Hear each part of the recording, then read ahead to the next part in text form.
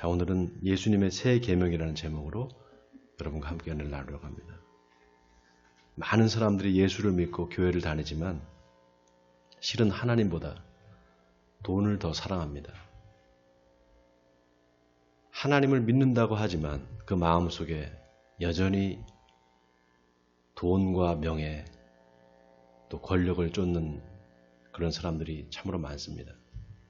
독일의 유명한 철학자인 프리드리히 니체는 여러분 아시다시피 무신론자였습니다. 그의 아버지는 루터교 목사였어요. 그런데 이 니체가 철저히 기독교를 비판했습니다. 기독교를 비판한 그의 책이 있습니다. 안티크리스트라는 책인데요.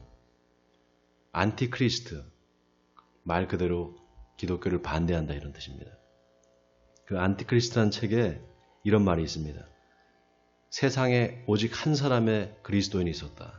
그러나 그는 십자가에 달려 죽었다. 바로 예수를 말하는 거죠. 그러면 다른 사람들은 뭐냐? 말은 예수를 믿는다고 하지만 다 우상 숭배자들이라는 겁니다. 아주 전국을 찌르는 말이라고 저는 생각합니다. 정말 순수한 마음으로 예수를 믿는 사람들이 과연 얼마나 될까? 그렇게 많지가 않습니다. 많은 사람들이 복을 받기 위해 예수를 믿고요. 또 잘되기 위해서 예수를 믿고 하나님보다 돈을 더 사랑하는 마음으로 하나님을 이용하고 예수를 이용해서 돈을 벌어보겠다고 부자가 되겠다고 하는 사람들이 얼마나 많은지 모릅니다. 복음서에 보면 한 율법사가 예수님을 찾아와서 물어봅니다. 예수 선생님 어떻게 해야 내가 영생을 얻을 수 있습니까? 그러니까 예수님이 율법에 뭐라고 쓰여 있느냐 그리고 네가 그걸 어떻게 읽느냐 이렇게 말씀하십니다. 그러니까 율법사가 내 마음을 다하고 목숨을 다하고 뜻을 다해 주 너의 하나님을 사랑하고 또 내 이웃을 내 자신과 같이 사랑하라 하였나이다 이렇게 말을 해요. 아주 정확한 대답을 한 거죠. 예수님이 네 대답이 옳도다. 이를 행하라. 그리하면 네가 살리라. 이렇게 말씀하십니다. 그러니까 율법사가 내 이웃이 누굽니까? 이렇게 말해요. 내 이웃이 누굽니까? 여러분 모세의 10계명에 제6계명이 뭡니까? 제6계명 살인하지 말라예요. 제7계명은 간음하지 말라. 8계명은 도둑질하지 말라. 9계명은 내 이웃에 대하여 거짓 증거하지 말라. 10계명은 내 이웃의 집을 탐내지 말라입니다. 이 6계명부터 10계명까지가 사람과 사람 사이에 지켜야 될 계명입니다. 그런데 이걸 하나로 합친 게 내 이웃을 내 자신과 같이 사랑하라 이 말입니다. 그런데 율법사가 그럼 누가 내 이웃입니까? 이렇게 물어본 거예요. 성경에 보면은 이렇게 묻는 게 예수님을 시험하기 위해서였다 이렇게 기록하고 있습니다. 그때 예수님께서 한 비유로 말씀하시는 게 바로 선한 사마리아인의 비유죠. 여러분 아마 다 아실 겁니다. 어떤 사람이 길을 가다가 강도를 만나서 거의 죽게 됐는데 제사장이 지나가다가 그 강도 만나는 사람 보고 그냥 지나쳐 버립니다. 또 조금 있다가 레위인이 지나가는데 그 강도 만나는 사람을 보면서 그냥 지나쳐 버립니다. 그러나 한 사마리아인이 그 사람을 보고 자기 나귀에 그 사람을 태우고 주막에 가서 정성스럽게 돌봐줍니다. 그리고 비용을 더 줄 테니 내가 갔다 올 때까지 이 사람을 잘 좀 보살펴달라고 그럽니다. 그리고 길을 갑니다. 예수님께서 이 말씀을 하시고 이 셋 중에 누가 이 강도 만난 자의 이웃이 되겠느냐 이렇게 말씀하셨어요. 그러니까 율법사가 사마리아 사람입니다. 그렇게 말합니다. 그러니까 너도 이와 같이 하라. 그렇게 말씀하셨어요. 여러분 제사장, 레위인 이런 사람들이 누굽니까? 하나님을 믿는 사람들이잖아요. 하나님을 믿는 사람. 지금으로 말하면은 예수 믿고 교회 다니는 사람들입니다. 더 구체적으로 말하면 목사, 전도사, 장로 이런 사람들이에요. 그런데 본체 많지 하고 그냥 지나갔다는 거예요. 그런데 사마리아 사람은 그 강도 만난 사람을 위해서 자기 시간과 비용을 지불했습니다. 여러분 중요한 게 시간과 비용을 지불했다는 겁니다. 성경에 비슷하지만 다른 내용이 있어요. 한 부자 관리가 예수님을 찾아옵니다. 선한 선생님이여, 내가 어떻게 해야 영생을 얻을 수 있습니까? 그때 예수님께서 율법을 지키라고 그렇게 말합니다. 그러니까 부자 관리가 어려서부터 내가 이걸 다 지켰습니다고 말해요. 그러니까 예수님이 그럼 네 소유를 다 팔아서 가난한 사람들을 나눠주고 너는 나를 따라오라 이렇게 말하죠. 그러니까 부자가 소유가 많음으로 근심하며 떠나가니라 이렇게 나와 있습니다. 이 부자 관리는 예수님보다 돈을 더 사랑했던 것입니다. 여러분, 예수님이 하신 말씀 중에 가장 중요한 말씀이 뭘까요? 아니, 성경 전체를 통해서 가장 중요한 말씀이 뭘까요? 뭘까요? 한번 말씀해 보세요. 네? 맞습니다. 서로 사랑하라. 이 말씀이 가장 중요한 말씀이에요. 이 말씀이 기독교에서 가장 핵심이 되는 근본 뿌리가 되는 말씀입니다. 서로 사랑해야지, 서로 사랑하면 좋겠어. 이거는 뭡니까? 권면이죠? 서로 사랑하라. 이건 명령입니다. 그래서 예수님의 이 말씀을 새 계명이다 이렇게 말합니다. 계명이라는 거예요. 지키지 않으면 안 된다 이 말입니다. 그러면은 새 계명이 있으면 옛 계명이 있을 거 아니겠어요? 옛 계명은 뭡니까? 구약 성경 레위기 19장 18절에 보면은 내 이웃 사랑하기를 내 자신과 같이 하라 이 말씀이 있어요. 이게 바로 옛 계명입니다. 거기에 예수님이 서로 사랑하라 이렇게 말씀하신 거예요. 그러면은 뭐 같은 얘기 아닌가? 아닙니다. 오늘 본문 34절에 예수님이 새 계명을 너에게 주노니 서로 사랑하라. 내가 너희를 사랑한 것 같이 너희도 서로 사랑하라 이렇게 말했습니다. 내가 너를 사랑한 것 같이, 이 말은 내가 너희를 사랑해서 내 목숨을 버린 것 같이 너희도 서로 사랑하라 이 말입니다. 예수님이 우리를 어떻게 사랑했느냐? 우리를 위해서 자기 목숨을 내버리기까지 사랑하셨어요. 그것처럼 우리도 그렇게 사랑해야 된다는 것입니다. 내 가족, 내 식구를 사랑하는 거, 또 내 부모나 내 형제를 사랑하는 거, 어느 정도 내 희생을 감수하면서 사랑할 수 있습니다. 그런데 내 목숨을 버릴 만큼 그렇게 희생할 수 있을까? 그렇게 사랑할 수 있을까? 힘든 일입니다. 아무리 부모 자식 간이고 형제가 아니라도 내 목숨을 내놓기까지 그렇게 사랑할 수 있을까? 어려운 일이에요. 그래서 서로 사랑하라. 내가 너희를 사랑한 것 같이 너희도 서로 사랑하라. 이 말씀이 그냥 가볍게 흘릴 말씀이 아닙니다. 어느 종교든지 사람을 미워하라고 가르치진 않죠. 어느 종교든지 사람을 미워하라고 가르치는 종교는 없습니다. 그런데 사랑하라는 말을 계명으로 가르치는 종교는 기독교가 유일합니다. 사랑하라는 말을 계명으로, 명령으로 가르치는 종교는 기독교가 유일해요. 게다가 오늘 본문의 예수님은 너희가 서로 사랑하면 이로써 모든 사람이 너희가 내 제자인 줄 알리라 이렇게 말씀하셨습니다. 이 말은 바꿔 말하면 사랑하지 않으면, 너희가 서로 사랑하지 않으면 내 제자가 아니다 이 말입니다. 저는 솔직히 예수님께서 하신 이 계명을 지키기가 제일 어렵습니다. 서로 사랑하라. 이 말씀을 참 지키기가 어려워요. 좀 여러분한테 의외의 말일 수 있지만 저는 제가 어떤 한 형제와 자매를 위해서 내 목숨을 버릴 수 있을까? 저는 힘들 것 같아요. 목회를 하면서 제일 목사가 힘들 때가 언젠가 하면은 마음에 사랑이 없을 때입니다. 마음에 사랑이 없고 하나님의 사랑과 은혜가 없을 때 제일 힘듭니다. 내 마음에 사랑이 없는데, 내 마음에 은혜가 없는데 어떻게 성도들한테 사랑하라고 말할 수 있을까? 참 어렵습니다. 마음에 하나님의 사랑과 은혜가 없으면 자꾸 율법적이 됩니다. 하나님의 사랑과 은혜를 선포하는 게 바로 설교거든요. 그런데 마음에 사랑이 없으면 은혜라는 말이 잘 안 나와요. 성도도 마찬가지입니다. 성도들도 마찬가지예요. 마음에 사랑이 없으면 목사가 아무리 사랑하라고 설교를 해도 그게 율법으로 들립니다. 여러분, 율법으로 들린다는 게 무슨 말인지 아시죠?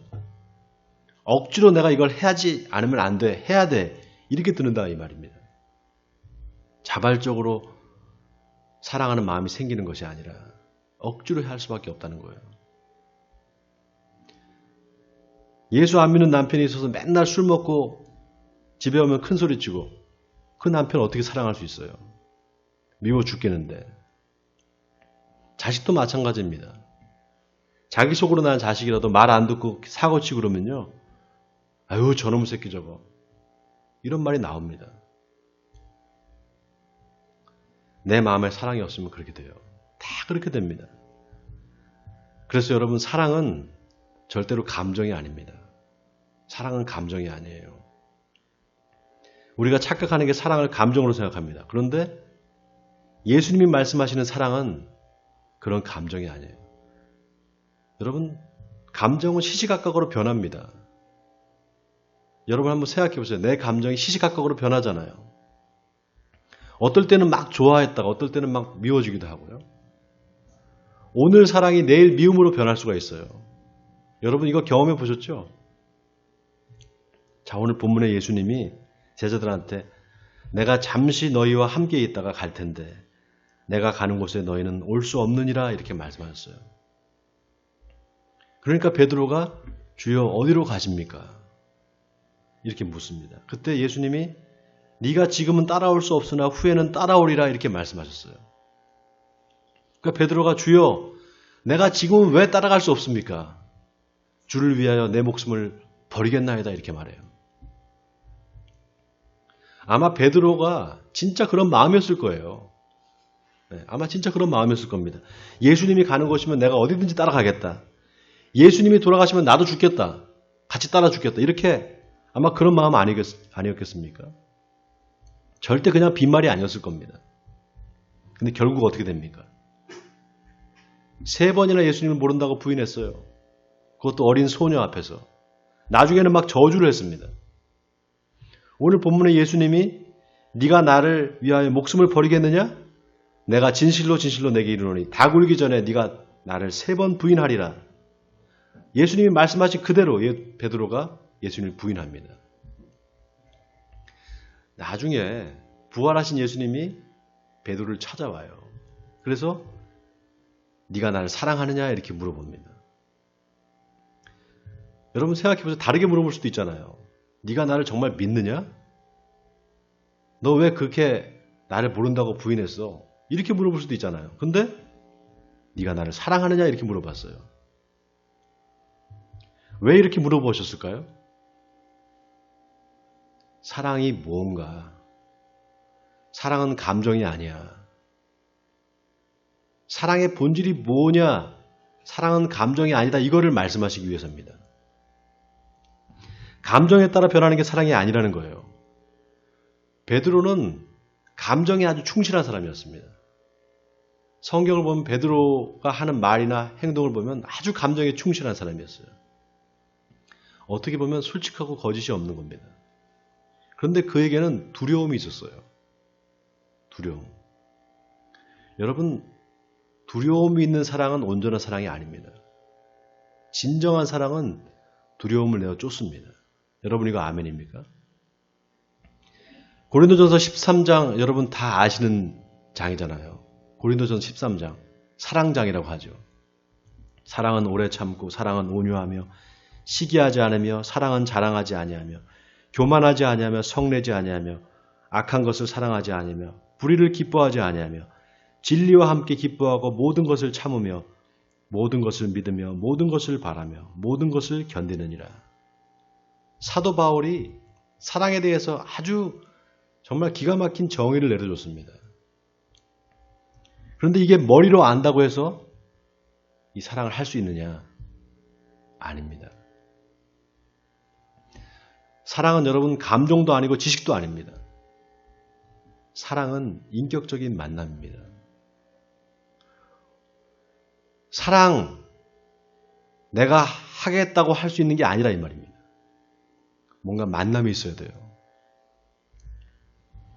그래서 사도 바울이 고린도전서 13장에서 사랑에 대해서 쭉 이야기를 하면서 맨 마지막에 우리가 지금은 거울로 보는 것 같이 희미하나 그때에는 얼굴과 얼굴을 대하여 볼 것이요 지금은 내가 부분적으로 아나 그때에는 주께서 나를 아신 것 같이 내가 온전히 알리라. 그런즉 믿음, 소망, 사랑 이 세 가지는 항상 있을 것인데 그 중에 제일은 사랑이라. 이렇게 말했습니다. 지금은 희미하게 보지만 나중에는 얼굴과 얼굴을 마주 대하여 볼 것이다. 여러분 이 말이 아주 의미심장한 말입니다. 얼굴과 얼굴, 예수님과 내가 서로 마주보게 될 거라는 겁니다. 그때 비로소 사랑이 뭔지 확실하게 알게 될 거다 이 말이에요. 그래서 어떤 사람이 사랑을 정말 할 수 있는 사람인가? 예수 그리스도를 인격적으로 만난 사람. 그 사랑을 받아본 사람만이 사랑할 수 있습니다. 그래서 사랑은 곧 예수 그리스도예요. 사랑은 곧 예수 그리스도입니다. 예수 그리스도가 내 안에 들어와 있어야 사랑할 수 있어요. 예수님을 3번이나 부인한 베드로를 부활하신 예수님이 찾아가서 요한의 아들 시몬아 네가 나를 사랑하느냐 이렇게 묻잖아요. 베드로가 뭐라고 했습니까? 주님 내가 주님을 사랑하는 줄 주님이 아십니다 이렇게 말했어요. 다시 예수님께서 물어보세요. 네가 나를 사랑하느냐? 베드로가 네 주님 사랑합니다. 저 주님 사랑합니다. 이렇게 확실하게 말을 못해요. 왜냐? 3번이나 모른다고 부인했기 때문에. 자기 마음을 자기가 확신할 수 없는 거예요. 자기가 그렇게 사랑한다고 생각했는데 아니었다는 게 밝혀졌잖아요. 다시 예수님께서 네가 나를 사랑하느냐 3번 물으실 때 베드로가 모든 것을 아시오매 내가 주님을 사랑하는 줄을 주께서 아시나이다 이렇게 말합니다. 그때 예수님께서 내 양을 먹이라 그러시면서 네가 젊어서는 네 마음대로 다녔지만 늙어서는 내 팔을 벌리리니 남이 내게 띠띠우고 원하지 않는 곳으로 데려가리라 이렇게 말씀하세요. 이 말씀은 베드로가 어떻게 죽게 될 것을 말씀하신 겁니다. 여러분 베드로가 어떻게 순교를 했습니까? 네로 황제가 그리스도인들을 핍박하고 죽이려고 할 때 베드로가 로마에 있었어요. 그 핍박을 피해서 베드로가 로마를 떠납니다. 로마를 떠나서 어디로 도망을 가요. 근데 길에서 부활하신 예수님을 만나게 됩니다. 근데 예수님이 어디를 이렇게 막 바삐 가시려고 하는 거예요. 그래서 베드로가 주여 어디로 가십니까? 쿠어바디스 도미네 주여 어디로 가십니까? 이렇게 물어보죠. 그때 예수님이 십자가에 달려 죽으러 로마로 간다 이렇게 말씀하세요. 그 길로 베드로가 다시 로마로 갑니다. 그래서 로마 군인들한테 자기는 예수님처럼 십자가에 달려 죽을 수 없다고 자기는 거꾸로 매달아 죽게 해달라고 그래서 거꾸로 매달려서 순교를 합니다. 베드로의 동생 안드레는 X자 모양의 십자가에서 죽었어요. 예수님의 제자들이 다 순교했습니다. 거의 다. 사도 요한만 빼놓고. 예수를 안 믿겠다고 하면 살 수 있는데 어떻게 그렇게 자기 목숨을 버리면서까지 예수를 믿는다고 했을까? 예수님께서 말씀하신 서로 사랑하라. 내가 너희를 사랑한 것 같이 너희도 서로 사랑하라. 이 말씀을 지킨 겁니다. 제자들이. 어떻게 지킬 수 있었을까요? 예수님을 진짜 사랑했기 때문이에요. 여러분 예수님이 하신 말씀 중에 정말 우리 마음을 우리 심금을 울리는 말씀이 있어요. 요한복음 15장 13절에 예수님이 서로 사랑하라. 내가 너희를 사랑한 것 같이 너희도 서로 사랑하라. 똑같은 말씀을 반복해서 하셨습니다. 그리고 뭐라고 하시는가 하면은 사람이 친구를 위하여 자기 목숨을 버리면 이보다 더 큰 사랑은 없나니 너희는 내가 명하는 대로 행하면 곧 나의 친구라 이렇게 말씀하셨어요. 여러분 성지순례에 가면은요. 예수님이 잡히시던 날에 제자들과 함께 겟세마네 동산으로 내려가던 그 계단이 있습니다. 예수님 직접 밟고 내려가셨던 계단이 있어요. 거기가 어딘가 하면은 가야바의 집이 있는 그 집터입니다. 그 집터에 마당 쪽에 이렇게 보면 계단이 있고요. 그 옆에 벽이 있어요. 그 벽에 부조로 벽화가 그려져 있습니다. 그 벽화를 보면은 예수님과 제자들이 아주 즐겁게 웃으면서 내려가는 모습이에요. 아주 즐겁게 웃으면서 내려갑니다. 마치 친한 친구들이 서로 깔깔거리면서 웃으면서 내려가는 그런 모습이에요. 예수님과 제자들이 그렇게 서로 친한 친구 관계 같은 그런 관계였다는 거예요. 그 친구들을 위해서 예수님이 자기 목숨을 버린 겁니다. 그래서 사람이 친구를 위해서 자기 목숨을 버리면 이보다 더 큰 사랑은 없다. 이건 바로 예수님 자신의 이야기예요. 예수님이 제자들을 자기 친구처럼 생각했다는 겁니다. 예수님의 제자들이 예수님이 십자가에 돌아가시고 나서 비로소 이걸 알게 돼요. 예수님이 정말 우리를 사랑했구나. 이게 바로 사랑이구나. 이걸 알게 됩니다. 요한일서 4장에서 사도 요한은 사랑하는 자들아 우리가 서로 사랑하자. 사랑은 하나님께 속한 것이니 사랑하는 자마다 하나님으로부터 나서 하나님을 알고 사랑하지 아니하는 자는 하나님을 알지 못하나니 이는 하나님은 사랑이심이라 이렇게 말했습니다. 사랑은 하나님께 속한 것이지 인간한테 속한 게 아니라는 거예요. 하나님의 사랑이 우리에게 이렇게 나타난 바 되었으니 하나님이 자기의 독생자를 세상에 보내심은 그로 말미암아 우리를 살리려 하심이라. 사랑은 여기 있으니 우리가 하나님을 사랑한 것이 아니요 하나님이 우리를 사랑하사 우리 죄를 속하기 위하여 화목제물로 그 아들을 보내셨습니다. 사랑하는 자들아 하나님이 이같이 우리를 사랑하셨은즉 우리도 서로 사랑하는 것이 마땅하도다.